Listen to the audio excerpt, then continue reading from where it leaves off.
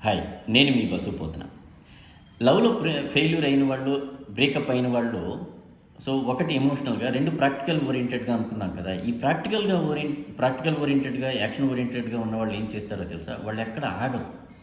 వాళ్ళకేదో ఒక లక్ష్యం ఉంటుంది. ఓకేనా? వాళ్ళకొక దారి ఉంటుంది. వాళ్ళకి ఇంకొకటి ఏంటి అంటే ఏదో ఒక లాభం కనబడుతుంది. అది చూసుకొని వాళ్ళు చేసుకుంటూ వెళ్ళిపోతూ ఉంటారు. ఓకేనా? ఏదర్ కెరీర్ గురించి కానీ, లవ్‌ని వదిలేస్తారు, చదువుకుంటూ వెళ్ళిపోతుంటారు కొంతమంది.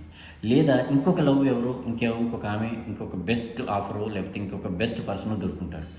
వీళ్ళని వదిలేసి వాళ్ళతో వెళ్ళిపోతూ ఉంటారు. ఓకేనా? ఆలోచించరు అట్లాగా. ఆలోచన ఉన్నా కూడా అది బయటపడనివ్వరు. వాళ్ళు ప్రాక్టికల్‌గా చేసుకుంటూ వెళ్ళిపోతూ ఉంటారు. ఇది ఉంటుంది. వాళ్ళలో కొంత స్వార్థం కూడా ఉంటుందన్నమాట.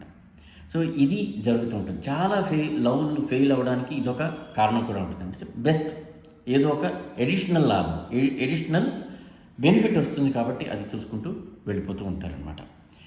ఇది జరుగుతుంది చాలా సందర్భాల్లో. వీటిల్లో చదువుకునేటప్పుడు లవ్‌లు ఫెయిల్యూర్ అవ్వడానికి కూడా అదొక ప్రధానమైన కారణం ఉంటుంది. కెరీర్ కానీ లేదు అంటే తల్లిదండ్రులు ఒక బెస్ట్ సంబంధాన్ని తీసుకొచ్చారు కాబట్టి వెళ్ళిపోతే బెటర్ కదా. ఓకే. తర్వాత ఇంకొకటి ఏంటంటే తల్లిదండ్రులు సాటిస్ఫై అవుతారు కాబట్టి మనం ఈ లవ్‌ను వదులుకోవడం ఈజీ కదా. ఏది బెస్ట్? లవ్‌ను వదులుకోవడం ఈజీనా? తల్లిదండ్రులను వదులుకోవడం ఈజీనా? తల్లిదండ్రులను వదులుకోలేం కదా.